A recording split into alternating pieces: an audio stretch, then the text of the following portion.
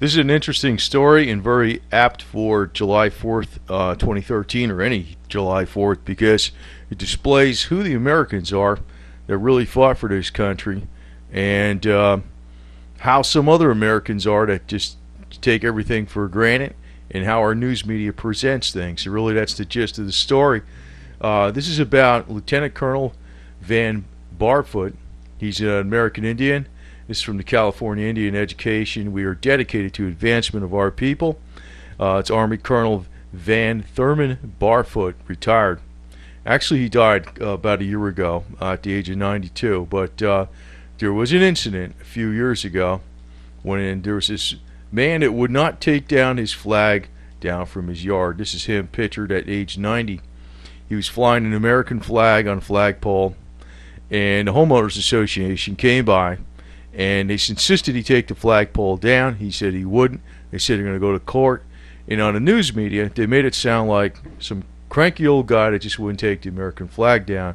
But the news media didn't even hint at what the historical background and what he was about or anything.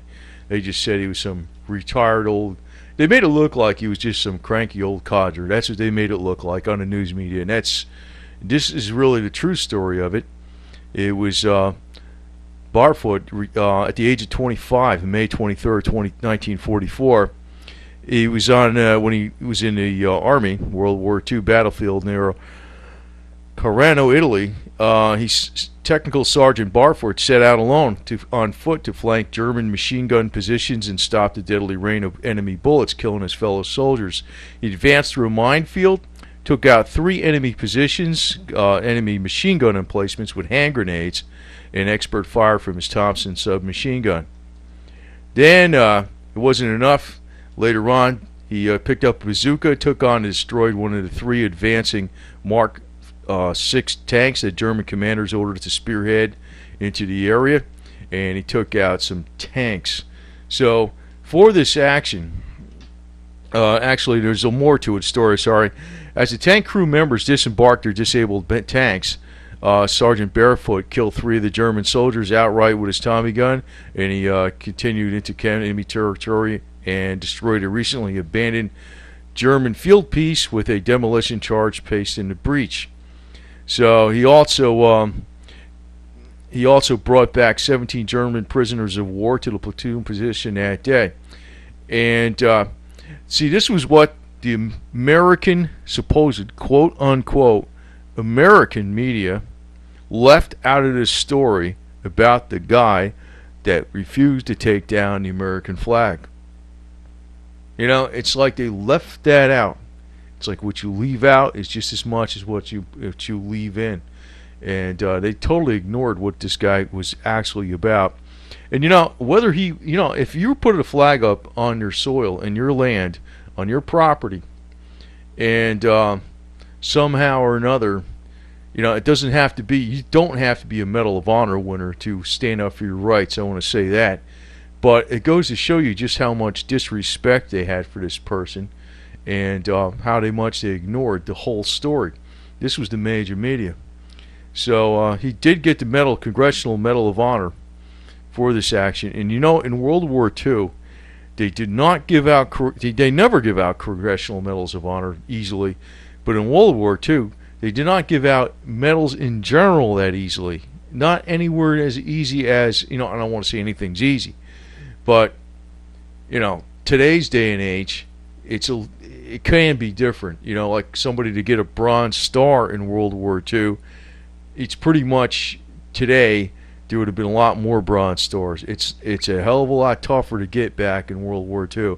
For him to get this Congressional Medal of Honor, this was one very tough, very patriotic person, and this was the guy that refused to take down the flag, because the Homeowners Association said you can't have it. And this is what the major media left out of the picture. So, it tells you a lot, because we do get slanted news, and I know a lot of people run to Russia today like it's they're getting the real news, and the American news is the bad news, but that is disinformation too. But it's like he actually died about a year ago, and in 2012, I think it was in March or May. But it never hit the national news that the homeowners association was having a major quibble with a 90-year-old war hero who basically won the Medal of Honor fighting for our country, fighting against the Nazis in Europe.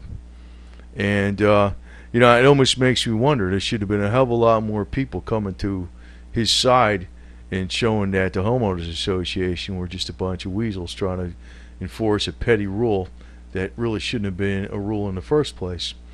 But he still sits there, and the flag still sits there, I'm sure, even today. But I found this to be a very interesting story because it's very applicable to today, July 4th. And many times you actually have no idea what some of the older retired folks in this country have done for this country, prior, in their younger days, quite a bit. It seems like we have a lot of bureaucrats that seem to think they're God on earth. Well, I got news for them. Bureaucracy and communism is about the same thing, and the United States of America stands completely against communism. So, you could say you're not a communist, but if you're some kind of petty rule bureaucrat standing in the way of individual rights and freedom, I think you should be treated just like we used to treat the Nazis. Let them have it.